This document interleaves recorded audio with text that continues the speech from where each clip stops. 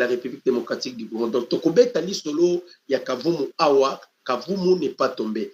Tokobeta Lisolo, qu'est-ce qui s'était passé dans Kavumu? Et Tokobeta Lisolo, parce que Paul Kagame, malgré que nous avons signé des accords, malgré Nyonso, Kagame azokotisa kaka ba militaire Tokobeta Lisolo, Tokobeta pe Lisolo ya Kabila sali point de presse. Bokoyoka makambo Kabila Kabila lobby, bokoyoka yango, et nous allons encore en parler na makambo Colette Bratman, boyebi journaliste belge, ba propos à tenir par rapport ya ba accord au signamé aux États-Unis d'Amérique. Tokobeta pe masolo parce que l'Union européenne mobimba baza complètement abattu. Et pourquoi Tokobeta Lisolo, c'est que ba Congolais bayeba maye mazali koleka situation tozalango na minute soyo.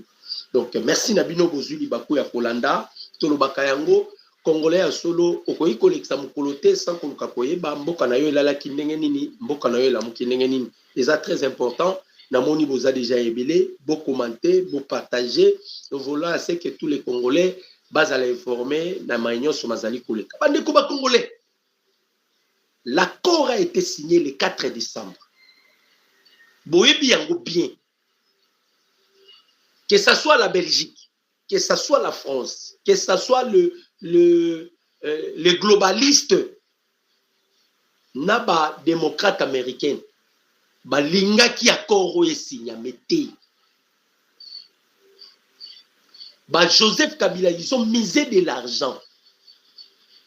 Batinda qui même voir batu à 5 ans pour que accord est signé, mettez. Accord est co-signé. N'engi accord est co-signé, boy. Peut-être beaucoup de gens bazoye ba nanite na kobeta masolo ya Luvumu na kobeta Luvumu eza tombete na kobeta makamba Luvumu parce que ande to beta lisolo à Luvumu ya pardon ya Luvungi n'est pas tombé na kobeta lisolo wana nazo beta nanu par rapport ya ba propos Kabila uti kotene a uti kotenir propos ya Kabila na Colette Bratman. Accord est signé bandeko. Ndenge accord est signé. Peut-être les gens va éviter makamuni nezole kala makambo accord oyo. Désormais que ça soit la France et la Belgique, ils n'ont plus droit à kozwa minerai na biso sans autorisation de la République démocratique du Congo, des États-Unis et des Émirats arabes unis. Bango ba mesana ki na koyiba. Bango ba mesana ki na koboma. Kopesa Paul Kagame manduki pona koboma ba peuple congolais. Kopesa Kagame manduki pona koboma koyiba kopiye. Eloko wana ekozala lisusu te. Bisika nyonso ekokuta ma minéraux. Ça sera sécurisé par les États-Unis d'Amérique. Donc la Belgique déjà à perdre, la France à perdre. Vous voyez que crise est ça, la France m'a cassé. Et dans les jours qui viennent, la France et le président Tshisekedi a sali ango parce que les chefs de l'État les a tendu la main. Batikali ko accompagner Mokonzi Ambokate. Joseph Kabila outi ko ça la point de presse. Kabila lobby, il ne faut pas expliquer. Nani a expliqué. Il faut gouvernement congolais a expliqué yé Kabila. Basali accord yango ndenge nini. Et qu'est-ce qui se cache derrière l'accord? Ça c'est Joseph Kabila. Oh non, il faut gouvernement congolais a expliqué yé Kabila. Base à la transparent. Makamounini baouti ko signé aux États-Unis d'Amérique. Mais Kabila, tu as la facilité à koyeba makamuto signer. Allez demander à ton oncle Paul Kagame. Allez demander à Kagame. Il est ton oncle. Il va t'expliquer qu'est-ce qu'on a eu à signer là-bas. Vous avez dit que c'est Kagame qui a gagné. D'accord. Mais pourquoi il y a l'agitation? Pourquoi il y a l'agitation? Même pas ma belge. Agitation. Ma français. Agitation. Joseph Kabila qui ose à nous demander un étranger. Moutazana, azotambola na passeport ya Swaziland. Moutazota bolana passeport ya Swaziland un ancien président de la République démocratique du Congo qui n'a pas même un passeport congolais. Azotambola na passeport ya Swaziland qui demande au gouvernement congolais de l'expliquer l'accord. Il y a à quoi accepter en côté. Qui est Kabila dans ce pays qui ne va pas accepter Bande Konazo et Bisabino. Problème, il y a accord Oyo. Le président Tshisekedi les a crucifiés. Les a crucifiés. Pourquoi?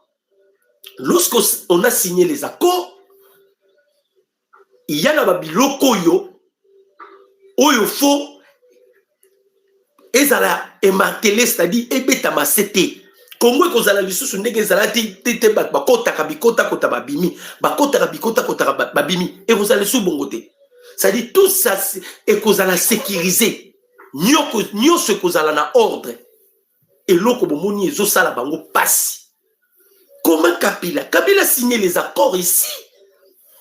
Est-ce qu'il a tenu le peuple congolais au courant des accords que Kabila a signés? Qui dit aujourd'hui que normalement on devait aussi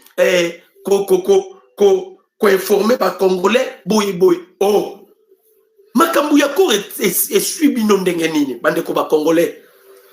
Hein? Makambu yako ezangisi bango kimia dengenini. Lokola Paul Kagame ndengena lobaki bakabu Paul Kagame azustala na este. Batu batindie eza ba français na ba belge. Parce que l'objectif na bango ezalaki Tshisekedi kokai ko signer accord te fallait déjà Uvira, Fizi, Kalemi et les cas déjà sous contrôle ya ba M23. Ezalaki bakabo ezalaki planifié na ndenge ba planifié ba pesi 72 heures. Ba pesi te mais na calcul bazala ngo 72 heures il doit récupérer nini Uvira na 72 heures. Na nombre ya ba militaire Paul Kagame ici, je vais vous énumérer ici. Kabila a signé des accords. Chers Congolais, moi je me pose la question, si réellement, c'est ce qui me dépasse, si réellement Kagame a avantagé les locaux, mais pourquoi ils ont basé l'agitation? Boyoka makambu Colette Bratman à lobby. Boyoka Colette Bratman makambu à lobby. A saleli yango na émission Colette Bratman, journaliste belge. Pour vous comprendre que baza akolila, baolela, bazolela, bozalaki na RDC na maboko na bino. Bokoki ko entretenir RDCT. Et le président Tshisekedi a décidé. Bobo Salate, il y a déjà une prophétie bimara que Belge barota la Congo na majimel. Colette Bratman a lobby na makamotali accord. Boyoka.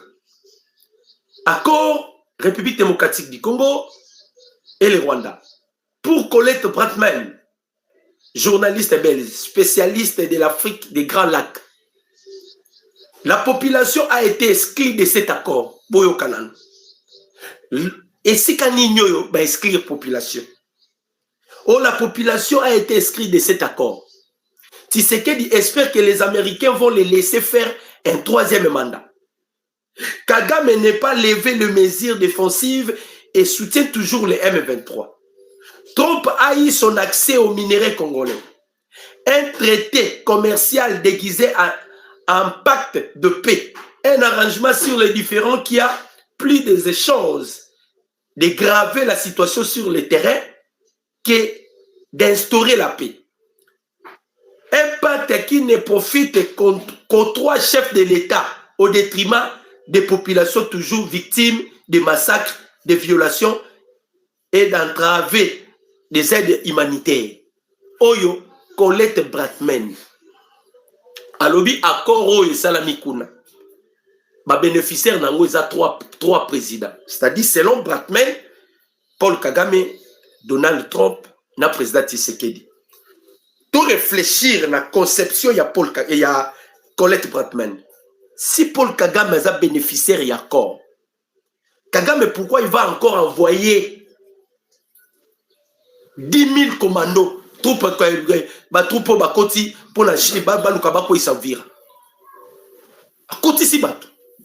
Pourquoi Kagame va envoyer encore les troupes? Ce Kaza bénéficiaire selon Makambo Bratman à lobby.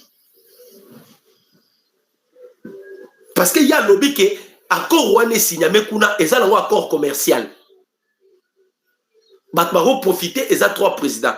La normalité des choses, ceux qui Paul Kagame a profité d'un accord Oyo, Kagame ne peut jamais permettre Bitoumeza et continuer.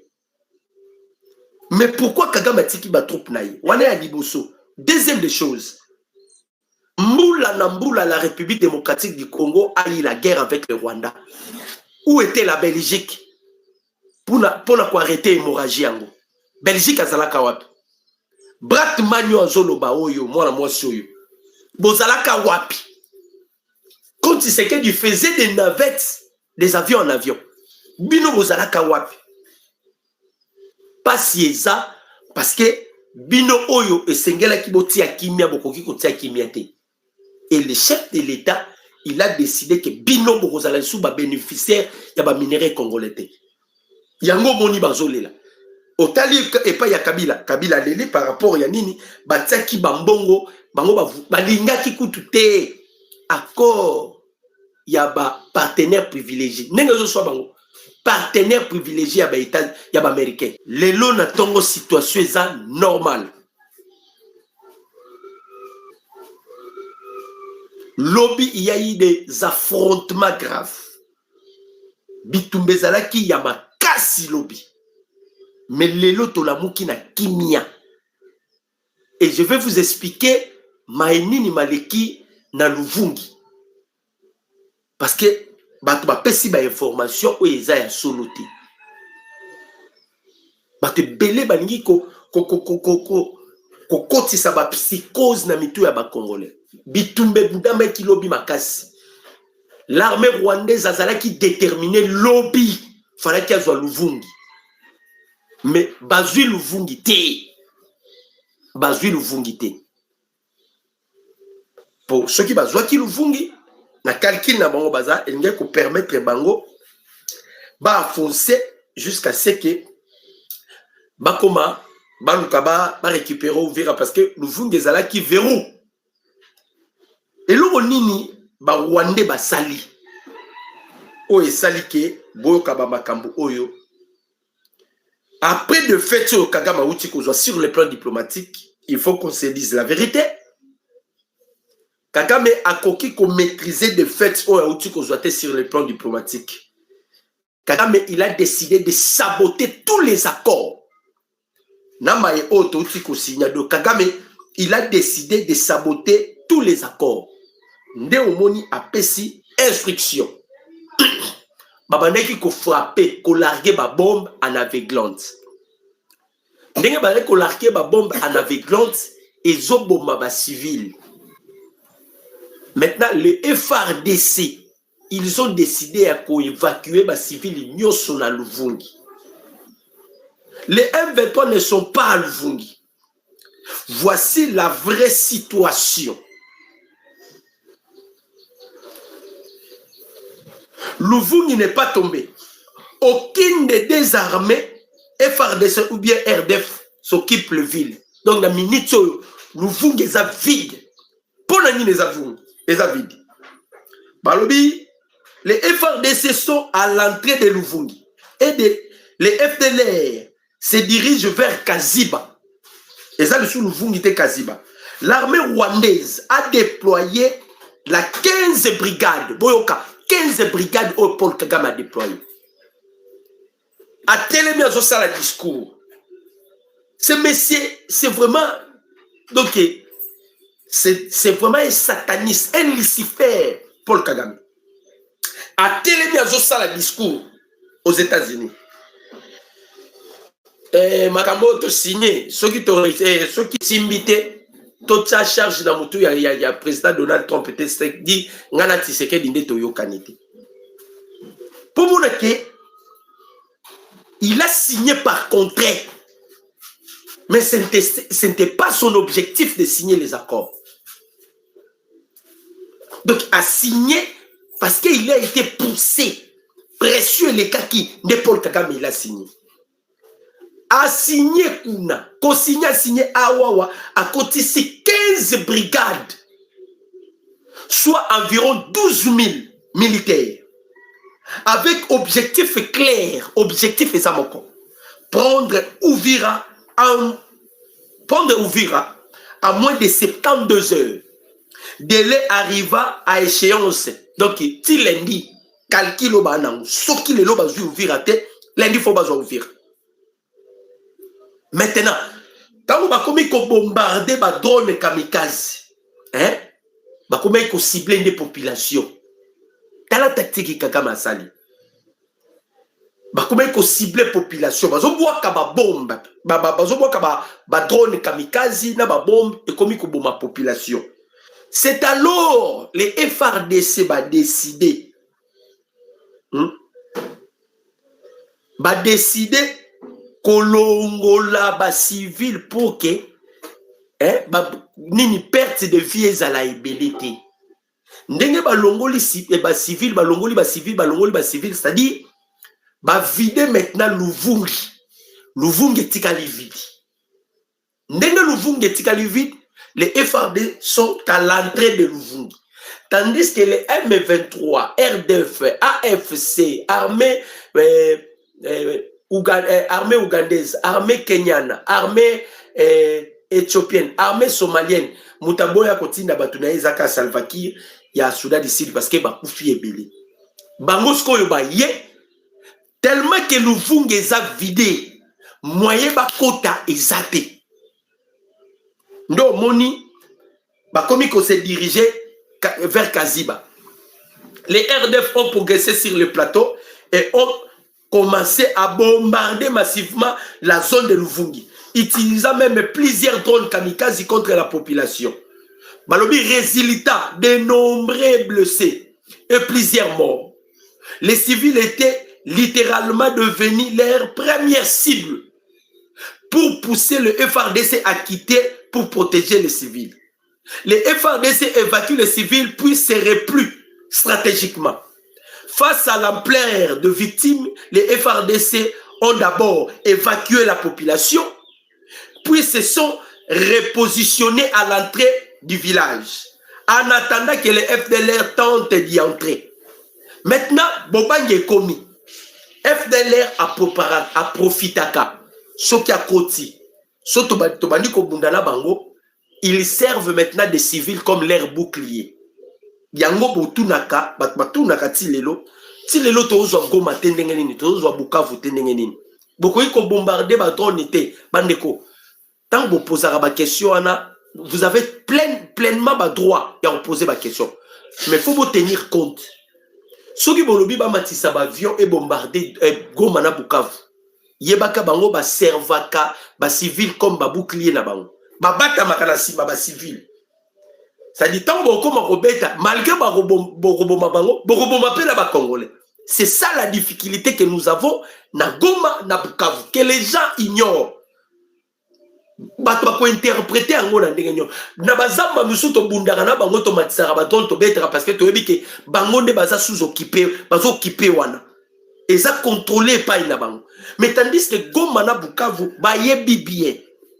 Que ceux qui ont évacué la population nyonso ya Goma na Bukavu et que Goma est vide, Bukavu est vide, bon vivre des tokoboma bango en désordre. Maintenant qu'est-ce qu'ils font? Babata makasima ya population. Mayele wana balibagia na ngona Kavu na nini na Luvungi. Mayele wana balibagia na ngona Luvungi. Ya kobata maka sima ya population. C'est alors les FRDC ba évacuer sikoyo population, ba évacuer peuple. Nenge ba évacuer bango terrain tikali vide.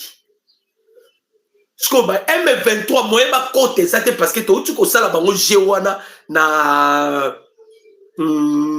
Kabare. Et siko wapito boma ki bango belé. Le même jour to sala qui on a évacué la population. Tamba on ba koti ba tikali vide. Nde to komi ko frapper bango boyokaki Laurence Kamio qui a tuitaki Willingo Batuitaki, Corneille Nanga Tuitaki, Bangonyo Soba Tuitaki.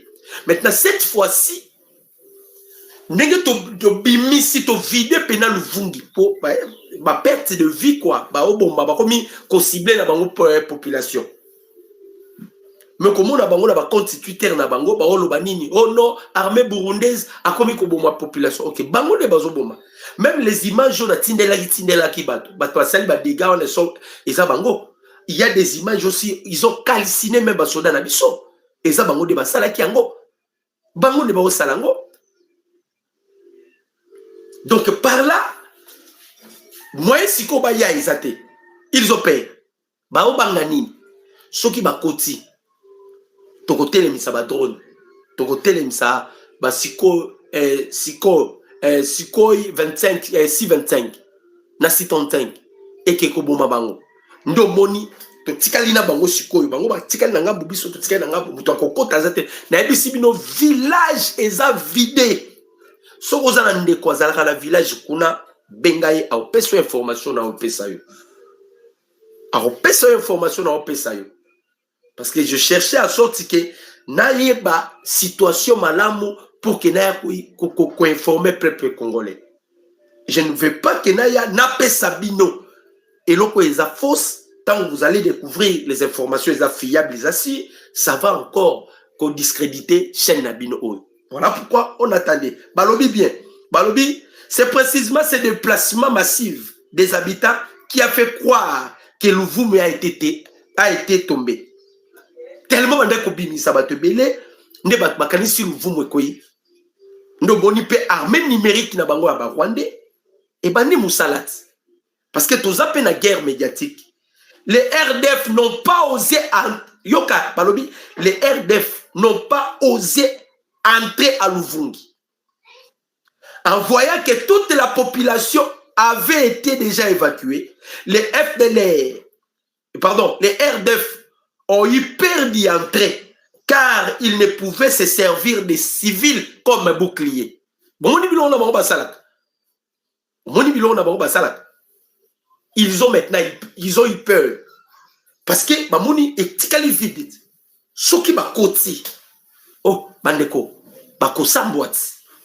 Bakosambo, so neza wana moyen bakote sate. Pourquoi? Ils ont peur. Bazo banga baebi ke bango bazaka na style soto bandi ko beta babundakate. Bango babundakate. Ne faut même pas avoir peur, il y a 12 000 bateaux Kagame atini. Atini 15 brigades Paul Kagame. Réellement Kagame, il veut vraiment la paix. Si Kagame Yenda Zalaki vainqueur, il y a encore autre qui signé selon Colette Bratman. À côté de 15 brigades de Sundeni, Sony. Babelge, Sony. Ba roulé bisomboula na mboula. Ba oko sabiso a qu'ils étaient ba qui n'a problème avec le Rwanda. OK, Lukuta, Babelge. Lukuta. Mboula na mboula ba rouler biso. Le président Tshisekedi a décidé. On ne doit plus continuer avec ce genre de l'hypocrisie. Binos Kobo zela makambo mona. Yango moni ba Colette Batman, ba otinana Joseph Kabila. Loba Kabila pas télémi. On doit nous expliquer qu'est-ce qui se cache derrière l'accord. Oh, Kabila, tu as délégué même les prêtres catholiques. La Senko. Ils sont allés même dans le département état américain. Ba Luka qui même na Marco Rubio ba corrompre pour que banzi Marco eza la signété. To bibi salama maloba balobaki. Si bango balobaki nini? Ba bisa que États-Unis toujours préféré signer encore na Rwanda parce que Rwanda baza honnête. Gouvernement congolais baza honnêteté. Ça c'est Abedona Sechole qui avait dit ça. Mais si vous moni que Congo ba honnêteté ezate na Congo. Mais qu'est-ce que vous faites au Congo ici? Babewana, qu'est-ce que vous faites au Congo? Parce que vous êtes l'ennemi de la République démocratique du Congo. Qu'est-ce que vous faites au Congo? Bokende place au bino bomoni zamalam. Balobi boye, ils se sont stoppés net. La situation actuelle. Aucune occupation à Luvungi.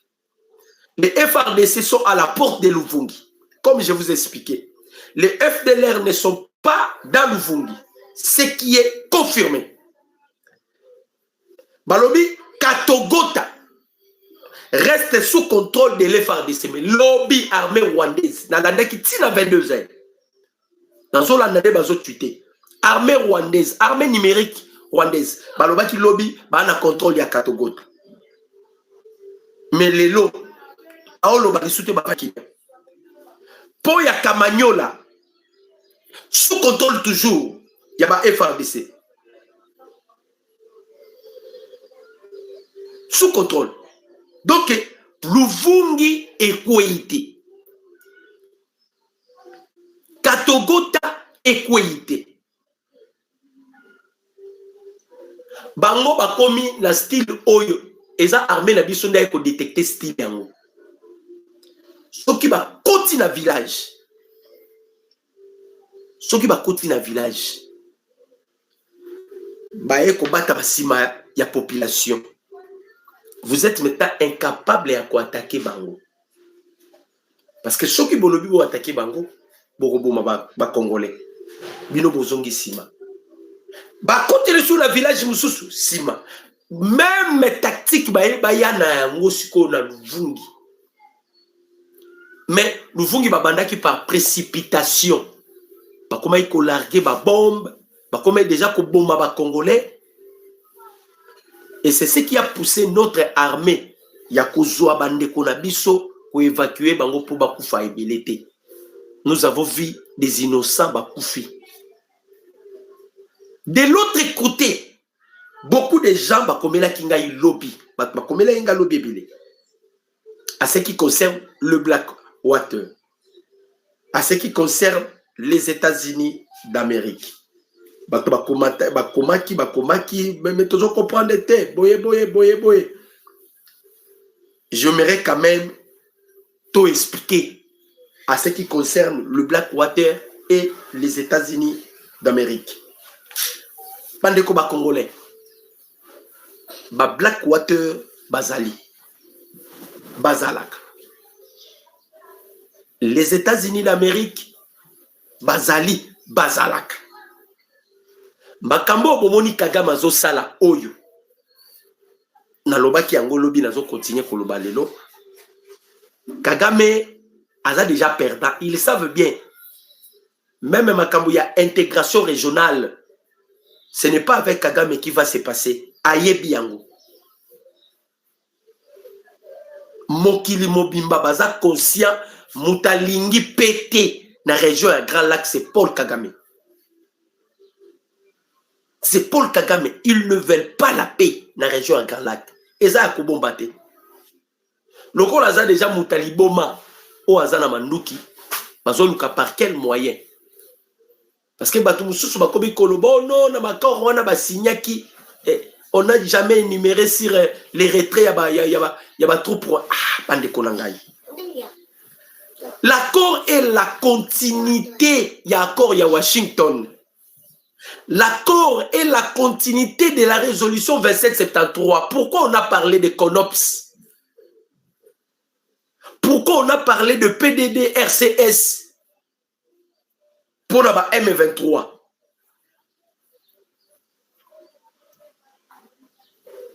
Journaliste et moi soyo bazo finga miko na ba rwandais soyo na ba rwandais bazo finga et des rwandaises. Pourquoi? Parce qu'elle avait posé une question et pas Donald Trump. Kagame Mikoleza a compté pour naïe. Mikoleza a compté parce que les Tutsis sont des tétis. Les Tutsis sont des tétis. Mikoleza a compté pour naïe parce que c'est qui est déjà ultimatum. Comme il croit encore qu'il est fort, comme il croit encore qu'il est puissant, il continue de s'entêter. Or, qu'ils ont déjà multiplié par infraction. Parce que, oh, Mukonzambo Kazalaki n'a pas posé Zalakini. Ce n'est pas parce que tu as commis crime ou sali bamaramunyoso, bati kayo zalaboye, et que simbate.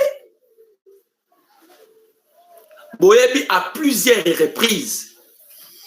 Kabila a utilisé même Batouba Lukababembe.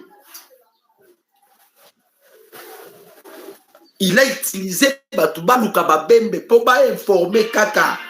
Hein? Baluka Uvira Kakekoya. Pour ça qui souhaite Uvira. Parce qu'avec aide à Uvira, peut-être que le chef de l'État va s'incliner sur le cahier des charges à M23. Ils ont calculé. Ils ont calculé. Quant à ma Belge, na Français, bango déjà, ba dévoilé qui secret na bango et pas ya Vobaten. Vobaten. Vobaten a un lobbyiste, un Américain, lobbyiste congolais, un Américain, auprès de Donald Trump. Donc c'est lui qui Yenda Sale la Kamukonziamboka lobbying. Il avait dévoilé ce que Belge Bané qu'on préparait.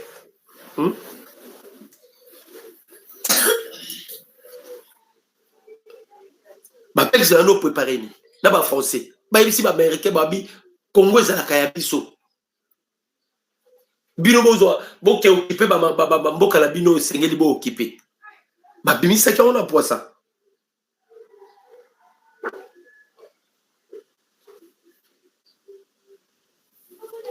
surtout bango ba dekolela ba makabu ya bakor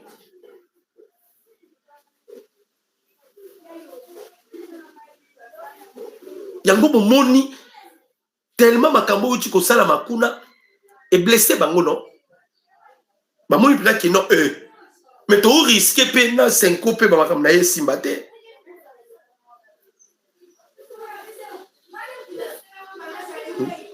et aussi matin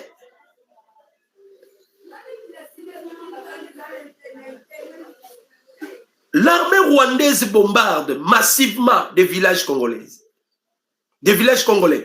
Pour s'emparer, leur stratégie est simple, tirer des bombes dans toutes les directions, tuer la population civile, créer la panique, puis forcer les FARDC à se retirer pour protéger les habitants. Ici, il s'agit du village de Mitar. Les terroristes du RDF, M23, bombardent une position tenue par les FARDC sans aucune considération pour les civils. Bozo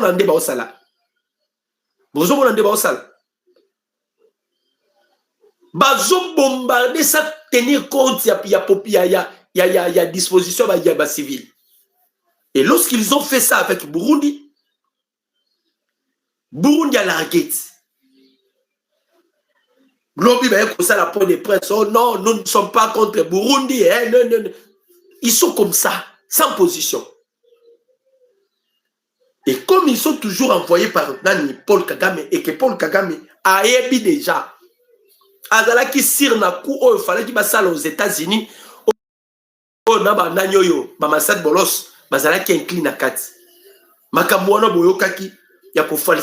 Poussant ainsi le Pentagone a réagi fermement face à l'escalade de la guerre à l'est de la République démocratique du Congo. Cette pression internationale expliquerait l'agitation inhabituelle observée du côté du Rwanda, qui chercherait coûte que coûte à reprendre le contrôle d'Uvira avant l'expiration du délai. La situation évolue d'heure en heure. Nous suivons les dossiers de très près du SUP. Nous saurons si cet ultimatum serait réel, respecté, ou si au contraire, les États-Unis décideront de passer à l'action. Pessie l'ultimatum avant les délais de Komoni à la Mouki. Donc c'est quelqu'un qui ne veut pas la paix. C'est quelqu'un qui ne veut pas la paix. D'où, de notre côté aussi, Ozomona to qui mande ko ya na piège à Paul Kagame. Et loko mona ke bande ko ba congolais belé bazo yebate. Loko la yé déjà Simba touche. Yé déjà Simba touche.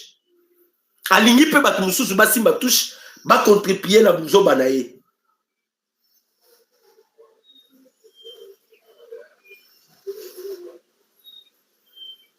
Tellement Simbi déjà touche Ils veulent à tout prix. Batoupe basimba touche pas. Biso déjà to simise touche na carrette. To simise déjà touche na carré.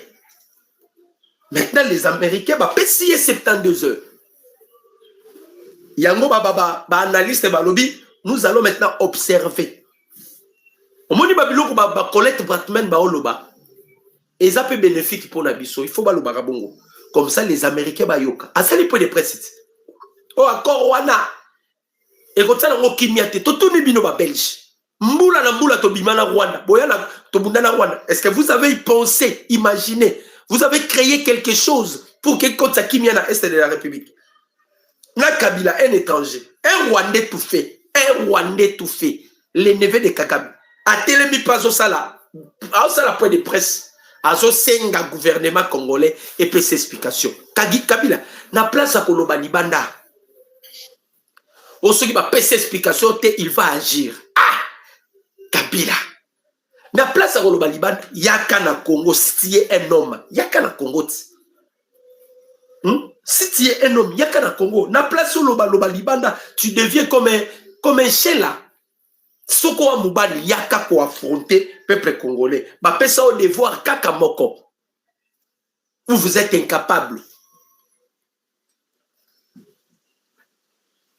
Andeko ba congolais, soyez sûrs. Soyez sûrs. Nera loba eloko na continue à koloba yango.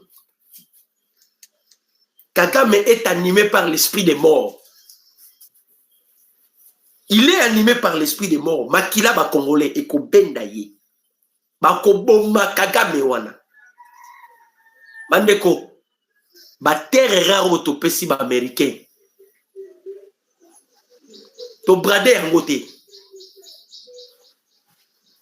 To sali contre-valeur. To sali troc. Vous êtes censé de sécuriser l'intégrité territoriale de la République démocratique du Congo. Vous êtes censé de sécuriser même le peuple congolais.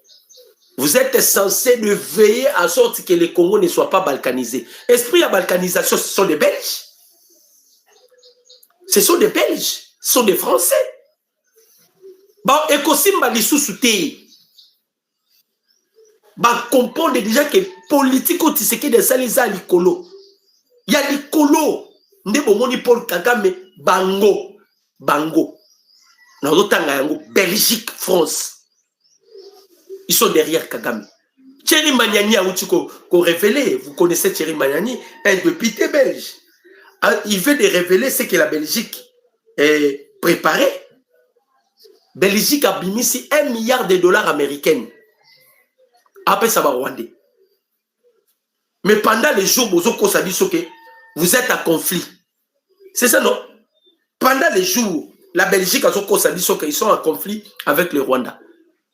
Pendant la nuit, la Belgique et le Rwanda ensorceler la République démocratique du Congo. Ensorceler biso.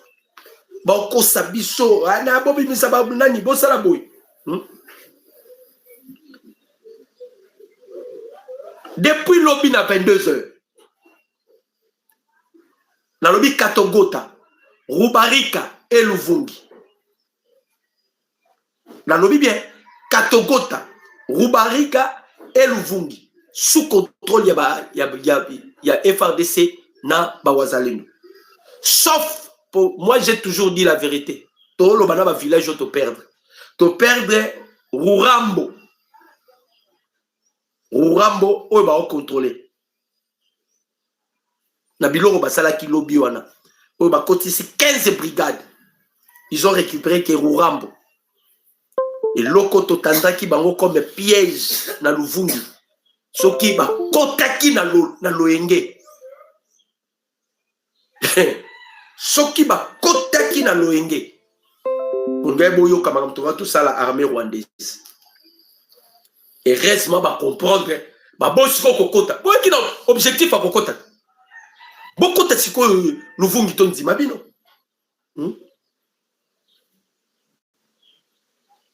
Beaucoup de Luvungi tonzi mabino. Ils ont peur d'y entrer. Pourquoi? Bayebi. ba servir bouclier banani ba sala ka tactique wana ba servir peuple comme bouclier na bango na bamboka mususu na bantité mususu isiko bazozwa mais kuna sikoyo eza vide. Si vous entrez, on aura la facilité à komona bino ya ko frapper bino et vous ne sortirez pas vivant. Bobi ma vivante. Donc il y a un moni ba belle joyo ba français ba olela ba belge ba français ba olela pamba te bandeko ba congolais ba olela pamba te ndenge toloba kaka bakota la Congo na ma jumelle bakota lango na ma jumelle yango to okenango